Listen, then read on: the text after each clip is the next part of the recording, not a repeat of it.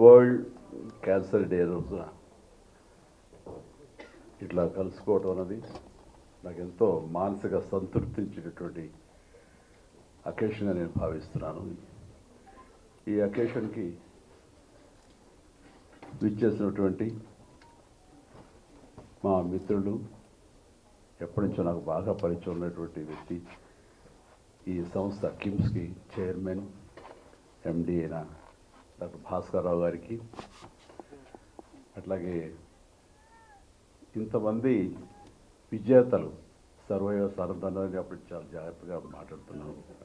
Cancer విజేతలు ఎవరైతే canker చేశారో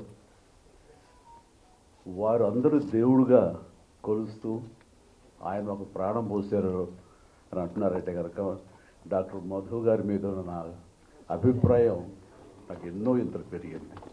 అలాంటి డాక్టర్ మధు గారికి, ఆయన అన్ని రకాలుగా ఉన్న మరొక డాక్టర్ నరేంద్ర కుమార్ గారు, ఆయన ప్రజెంట్ చేసినవి చూస్తుంటే కనుక చాలా అది ఎడ్యుటైన్మెంట్ అంటాను నేను. ఎంటర్టైన్మెంట్ అండ్ ఎడ్యుకేషన్ రెండు కలిపి చాలా చక్కగా ప్రజెంట్ చేశారు.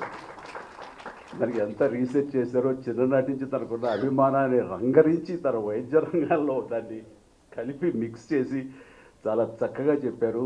అంటే ప్రతి వాళ్ళకి మాస్ లెవెల్లో హద్దుకునేలాగా ఉంది అది. నిజంగానే వెళ్ళి చాలా అది ఎంటర్టైన్మెంట్ లాగా అనిపిస్తుంది డాక్టర్.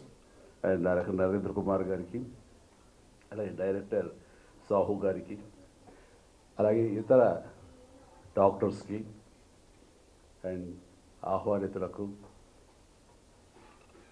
ఎవరైతే ఉన్నారో హీరోస్ అండ్ కాంకరర్స్, హీరోయిన్స్, వారందరికి కూడాను ప్రతి ఒక్కరికి, ప్రతి స్టాఫ్కి, మనిషికి వ్యక్తిగా నా హృదయపూర్వక నమస్కారాలు తెలియజేస్తున్నాను. ఇక్కడికి వచ్చే ముందు చాలా ఫార్మల్గా ఉంటుంది. ఇది నా ఏరియా కాదు, నేను ఏ డాక్టర్ చదవలేదు, శంకరాథ్ ఎంబీబీఎస్ తప్ప అని అనుకున్నాను.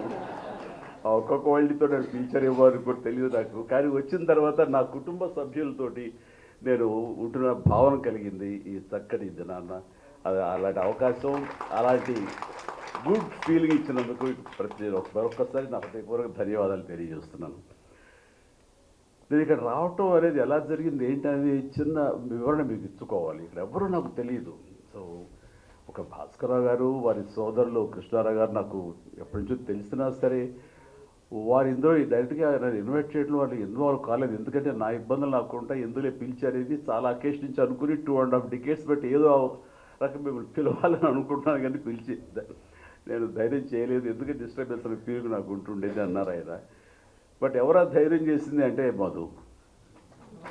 ఆయనకి నాకున్న పరిచయం ఏంటంటే ఏమీ లేదు పరిచయం. జస్ట్ మా ఇద్దరు 4 days బ్యాకే 3 days బ్యాక్ ఆయన మా ఇంటికి వచ్చారు. అది సార్ రమ్మన్నాను. ఎట్లా జరిగిందంటే ఇది ఒక 4-5 days బ్యాక్ ఈ క్యాన్సర్ సంబంధించినటువంటి వైద్య నిపుణులు న్యూయార్క్లో ఉండే నోరి దత్తాత్రేయ గారిని నేను ఇంటికి ఆహ్వానించడం జరిగింది. వారికి పద్మభూషణ్ అవార్డు భారతదేశం ఇచ్చినటువంటి సందర్భంలో వారిని గౌరవించుకోవాలి. ఆయన చేసినటువంటి కృషి ఈ క్యాన్సర్ సంబంధించి ఇది చాలా గణనీయం అని తెలిసిన తర్వాత వారిని ఇంటికి ఆహ్వానించి వారిని సన్మానించడం, వారిని అభినందించడం చేసిన తర్వాత ఆయనతో కూర్చున్నప్పుడు నాకు అనిపించింది, ఇదివరకు 1-2 సార్లు నేను ఇలాంటి క్యాన్సర్ సంబంధించినటువంటి అవగాహన సదస్సులకి వెళ్ళాను. కానీ ఆయన చెబుతున్నటువంటి ఇన్ఫర్మేషన్ అది తెలుసుకుంటే కనుక ఇదొక ఉద్యమంలాగా నేను మళ్ళీ దీని మీద నన్ను ఫోకస్ పెట్టగలిగితే చాలా బాగుంటుంది అని అనుకున్నాను. కానీ వితిన్ 4-5 daysలో క్యాన్సర్ డే వస్తుందని కానీ, కిమ్స్ నుంచి నాకు ఆహ్వానం వస్తుందని కానీ నేను ఊహించేది. వచ్చిన వెంటనే ఇది దైవికం, నేను అనుకున్నటువంటి ఇచ్చ ఏదైతే కనుక నా కోరిక ఉందో అది చాలా బలీయమైంది. కాబట్టి వెంటనే నేచర్ నాకు ఈ అవకాశం కల్పించిందని దాన్ని వెంటనే మీరమేషాలు లెక్క పెట్టకూడదు అన్న ఉద్దేశంతో ఖచ్చితంగా ఎస్ అని నేను చెప్పడం జరిగింది. అందుకని నాకు తెలిసినట్టు భాస్కరరావు గారు కూడా ఫోన్ చేసి ఇలా ఆహ్వానం వచ్చింది రమ్మంటారు. ఏం క్రాస్ చెక్ చేయాలి, పిలిచారు వెళ్ళటం అని చెప్పేసి 5 నిమిషాల్లోనే మా ఇంటికి వచ్చి ఒక మధు గారికి ఒక కాఫీ చేసి నేను వస్తున్నాను, మీరు బయలుదేరి వెళ్ళిపోయి అన్ని ఏర్పాట్లు చేసుకోవడం అనడం జరిగింది. ఇది ఒక బాధ్యతగా నేను ఫీల్ అవుతున్నాను. దీని మీద నాకు అవగాహన ఎంతో కొంత ఉన్నది. ఎందుకంటే నాకు మెడికల్గా నాకు ఎంతో మంది ఫ్రెండ్స్ ఉండబట్టి వాళ్ళ నుంచి తెలుసుకున్న విషయాలు ఇదో ఇప్పుడు కూడా ఈరోజు కూడా ఎన్నో విషయాలు నేర్చుకున్నాను, తెలుసుకున్నాను. అండ్ ఈ దిశగా నేను వెళ్తున్నప్పుడు నేను కూడా నాకు ఉన్నటువంటి లైఫ్ స్టైల్లో ఏమో అన్న దృష్టితో ఎప్పుడు కూడా ఉంటాను. నాకు ఫస్ట్ ఆఫ్ ఆల్ ఏదైనా సరే మన బాడీ మనకి తెలియజెప్పుతుంది మనం ఏమిటి, మనం ఎలా ఉన్నాం, మన కండిషన్ ఎలాగ ఉందనేది మన బాడీ ఎప్పటికప్పుడు మనకు తెలియజెప్తుంది. మన బాడీని వినే లెవెల్కి మనం కనుక సెన్సిటైజ్ అయితే, ఆ సున్నితత్వాన్ని మనం అలవరుచుకుంటే చెప్తుంది. ఇందాక ఒక సర్వైవర్ చెప్పినట్టుగా ఒక వ్యక్తి ఎక్కడి నుంచో ఉంది, నాకు చిన్న ఇది ఉంది బయాప్సీ అంటారు దాన్ని ఏమంటుందని, అది ఉంది దాని ఏదో చిన్న గ్రూప్ అని వదిలేశాను. కానీ మా అబ్బాయి చెప్పిన దాన్ని బట్టి వెళ్ళారన్నారు.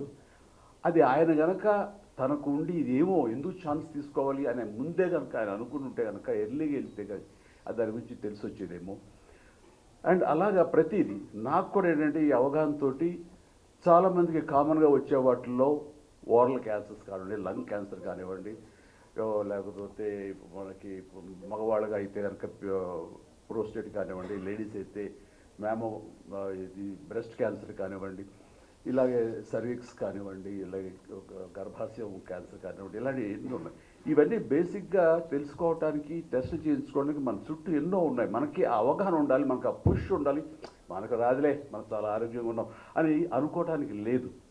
నేను కూడా నా లైఫ్ స్టైల్ చాలా ఆరోగ్యంగానే ఉంటాను, చాలా హెల్దీ హ్యాబిట్సే ఉంటాయి. ఏ జంక్ ఫుడ్ కానీ, డీప్ ఫ్రైడ్ ఫుడ్స్ కానీ ఏమి తినను, ఎక్సర్సైజ్ చేస్తాను, అన్ని రకాలుగా ఆరోగ్యంగా ఉన్నాను, బాగున్నాను కదా. నాకేంటి అనుకోకుండా ఎందుకు మనం చేయించుకోకూడదని ఫస్ట్ కోలన్ టెస్ట్ చేయించుకుని కొలనోస్కోపీ చేయించుకుంటే అక్కడ అనుకోకుండా పాలిప్స్ ఉన్నాయి. ఈ పాలిప్స్ అనేది మన ఎవరో ప్రెస్ వాళ్ళు గబుక్కుని దాన్ని రిమూవ్ చేసేసారు. నాకంటే కనుక అబ్బా క్యాన్సర్ నుంచి తప్పించుకున్నాడు, ఆ క్యాన్సర్ సర్వైవర్ అని నన్ను అన్నారు. అంటే ఆ రాసిన ఆ జర్నలిస్ట్కి అవగాహన లేదు. నేను అవి బయాప్సీలో అది మ్యాలిగ్నెంట్ అయి ఉండొచ్చు, లేదా బినైన్ అయి ఉండొచ్చు, ఎవరు అయి ఉండొచ్చు, అది ఏది కాకపోవచ్చు. అది సో 1% ఛాన్స్ కూడా తీసుకోకూడదని నేను తీసుకున్నందుకు అక్కడ ఆ పాలిప్స్ రిమూవ్ చేశారు. ఇప్పుడు క్లీన్ ఆఫ్టర్ మళ్ళీ 3-4 years తర్వాత మళ్ళీ వెళ్ళాల్సి వస్తే కనుక వెళతాను, చేయించుకుంటాను. అదేవిధంగా ప్రోస్టేట్ సంబంధించి పిఎస్ఏ టెస్టులు చేయించుకోవడం అనేది నేను రెగ్యులర్గా చేయించుకుంటూ ఉంటాను అనమాట. ఇది ఎందుకు చేయించుకున్నానంటే ఇంత హెల్తీగా ఉన్నాం కదా, మనకి ఏం ఉండదు అనే నిర్లక్ష్య ధోరణి ఎక్కువ మందికి క్యాన్సర్ వచ్చే అవకాశాలని వస్తున్నాయి. అందుకని ఆ ధోరణి ఉండకూడదు. ప్రతి ఒక్కళ్ళు ఏమో ఎక్కడి నుంచి ఏమొస్తుందో తెలియదు. ఎందుకంటే నా మిత్రుడు ఏ బ్యాడ్ హ్యాబిట్స్ లేవు, చిన్ననాటి మిత్రుడు.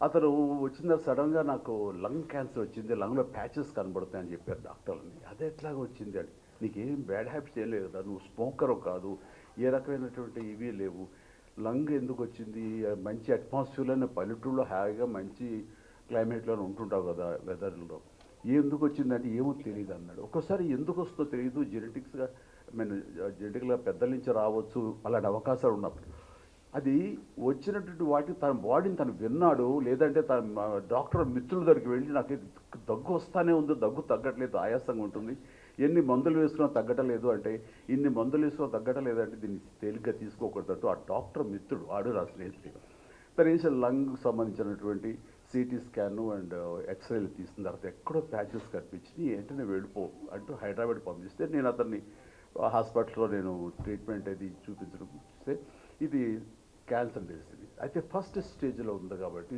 హీస్ నౌ ఆల్ రైట్, చాలా బాగుందని తగ్గిపోయింది. ఆ ప్యాచ్ స్మాల్ ప్యాచ్ అలాగే ఉండిపోయింది తప్ప అది పెరగటం ఏం లేదు లాస్ట్ గత 10 ఏళ్లలో. ఇట్లాగా మనం మన గురించి మన బాడీ ఏం చెప్తుందో వినాలి, దాన్ని నెగ్లెక్ట్ చేయకూడదు. నాకు రాదులే, నాకు ఉండదులే అనుకోవడానికి వీలు లేదు. ఈ రోజున మన హ్యాబిట్స్ మూలంగా వస్తుంది, మనకున్న వెదర్ కండిషన్స్ బట్టి వస్తుంది, మనకి పేరెంట్స్ నుంచి కూడా వచ్చే అవకాశాలు ఉంటాయి జెనెటికల్గా. సో ఏవైనా సరే 90% మనం తప్పించుకోవడానికి అవకాశాలు ఉన్నాయి. గర్ల్స్కి ఈ సర్వీక్స్ సంబంధించినటువంటి క్యాన్సర్ వస్తుంది మన ముఖద్వారానికి, గర్భాశయ ముఖద్వారానికి, అట్లాగే గర్భాశయానికి సంబంధించి కూడా వస్తుంది.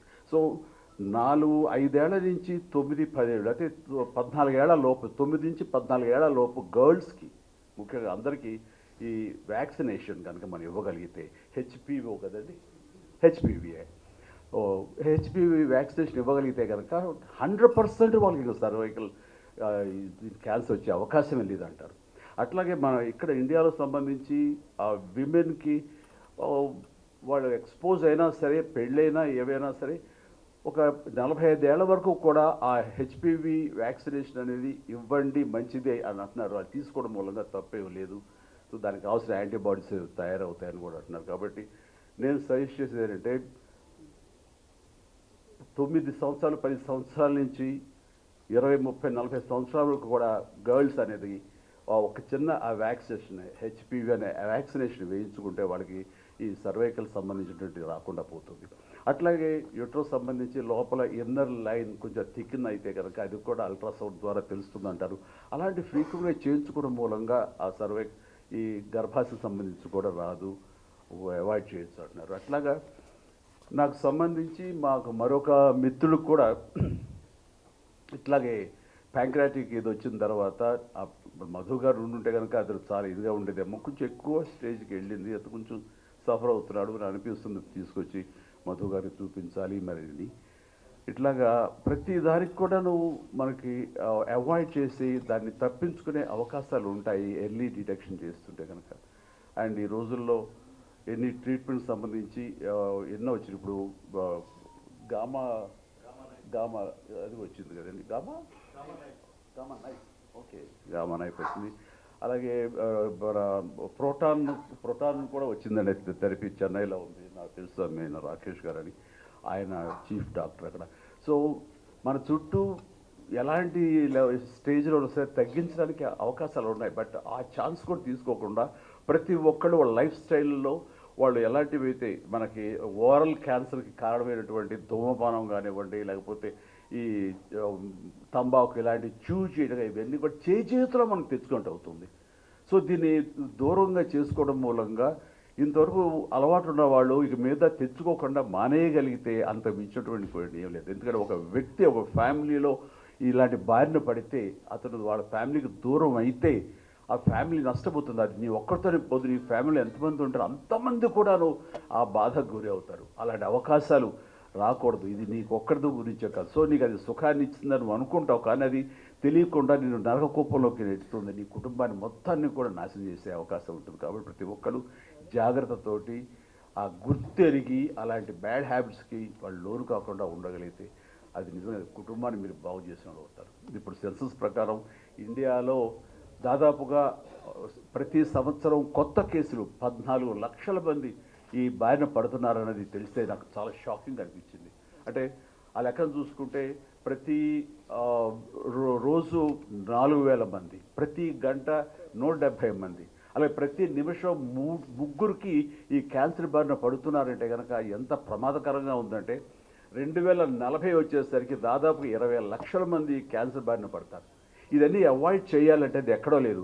ఎలాగైతే మనం పోలియో అనేది ఎలాగా ఒక దీక్షలాగా, ఒక కంకణలాగా మనం దాన్ని అవాయిడ్ చేయగలిగామో, పూర్వకాలం అయితే కనుక మసూచి అనేది ఎలాగ అవాయిడ్ చేయగలిగామో, ఈ క్యాన్సర్ని కూడా దాదాపుగా మనం దూరం చేసుకునే అవకాశాలు మనకు ఉన్నాయి. దానికోసం ప్రతి ఒక్కళ్ళు కంకణబద్ధులై ఇది రాకుండా చేసుకోవడానికి మీ చేతుల్లో ఉంది. మీ బాడీని మీరు వినండి. కాబట్టి మా బాడీ చెప్పిన దాని ప్రకారం వెళ్ళండి. అవకాశం ఉన్నవాళ్ళు ఎర్లీగా దీనికి కావాల్సిన టెస్టులు చేయించుకోండి. అది పిఎస్ఏ కానివ్వండి, అల్ట్రాసౌండ్ ద్వారా కానివ్వండి, లంగ్స్ సంబంధించి కానివ్వండి, ఇట్లా ఎన్నో ఉన్నాయి అవకాశాలు. అవన్నీ మీరు తెలియగలిగే అబండెంట్గా అన్ని చోట ఇన్ఫర్మేషన్ ఉంది. ఆ రకంగా మీరు తెలుసుకుని దాన్ని ఆచరించి దీన్ని అవాయిడ్ చేయగలిగితే అది మీరే కాదు, మీ కుటుంబం అందరినీ కూడా హ్యాపీగా ఉంచిన వాళ్ళు అవుతారు. సో నాకున్న ఈ కొద్ది అవగాహనతో మీతో మాట్లాడగలిగాను. కానీ దీని మూలంగా మన వాళ్ళు ఏదైనా సరే ఫ్యూచర్లో క్యాంపెయిన్ చేయగలుగుతాము. మీరు మాకు దోహదపడండి. ఇది ఎక్కువ మంది రీచ్ అవ్వడం కోసం అవకాశం ఉంటే కనుక మోర్ సైంటిఫిక్గా, మోర్ ప్రిసైజ్డ్గా, కన్స్ట్రక్టివ్గా నా నుంచి కొన్ని షార్ట్ ఫిల్మ్స్ వెళితే కనుక ఎంతో కొంత ఉపయోగపడుతుంది. దాని ద్వారా నేను కూడా ఈ సొసైటీకి ఎంతో కొంత హెల్ప్ చేస్తాను అవుతాను అని ఈ సందర్భంగా నాకు ఇచ్చిన అవకాశానికి నేను ధన్యవాదాలు తెలియజేస్తూ కిమ్స్ హాస్పిటల్, కిమ్స్ సిబ్బందికి, మా మిత్రుడు భాస్కర్రావు గారికి, అట్లాగే మరొక సోదర తమ్ముడు సమానుడు మధు గారికి, అలాగే డాక్టర్ నరేంద్ర కుమార్ గారికి, వీళ్ళందరూ కూడా నేను ధన్యవాదాలు తెలియజేస్తూ నాకు ఈ అవకాశం ఇచ్చినందుకు. నేను అట్లాగే భవిష్యత్తులో మీరు ఏదైనా చేయగలిగితే కనుక దీనికి సంబంధించి అవగాహన సదస్సులో నేను ఫోర్ ఫ్రంట్లో ఉండి ఖచ్చితంగా ఈ అవగాహనకి సంబంధించిన వీడియోస్ కానివ్వండి ఎనీథింగ్ నేను చేస్తానని మీ కొందరు మాటిస్తూ నన్ను ఆహ్వానించిన మరొకసారి ప్రతి ఒక్కరి పేరు పేరు నా హృదయపూర్వక ధన్యవాదాలు తెలియజేస్తాను. నమస్తే.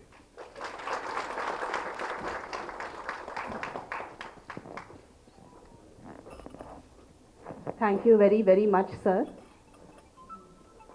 మేము ఎన్ని ఇంటర్వ్యూలు ఇచ్చినా ఎన్ని రీల్స్ చేసినా మా మాట కన్నా మీ మాట ఎక్కువ ఇంపాక్ట్ ఉంటుంది. So thank you for fulfilling the purpose of the day with such impactful messages conveyed by you.